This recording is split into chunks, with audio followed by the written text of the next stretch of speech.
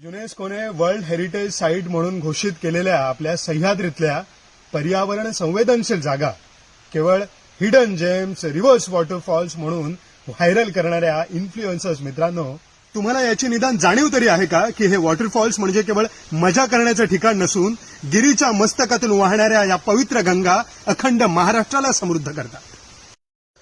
King cobra, gliding frog, पीड viper सारख्या कितीतरी रेअर एंडेंजर्ड दुर्मिळ जीवांचा हा नैसर्गिक अधिवास आहे.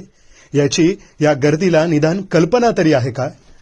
आपल्या पूर्वजांनी ज्या सह्याद्रीतल्या त्र्यंबकेश्वर, भीमाशंकर, देवकुंड, हिरण्यकेशी सारख्या नदीच्या उगमांना पवित्र स्थान मानलं, तो हिंदवी स्वराज्याचा एकमेव जिवंत साक्षीदार, जैवविविधतेचा हॉटस्पॉट आपला सह्याद्री केवळ विकेंड गर्दीचं हॉटस्पॉट बनतो आहे याची एक मराठी माणूस म्हणून काळजी वाटते. नकळतपणे सोशल मीडियाच्या ट्रेंडिंग ट्रॅप्समध्ये अडकून आपणच व्हायरल केलेल्या या जागांचे कधी सौदे होतील आणि पर्यटनाच्या नावावर कधी बाजार उभा राहील कळणार सुद्धा नाही.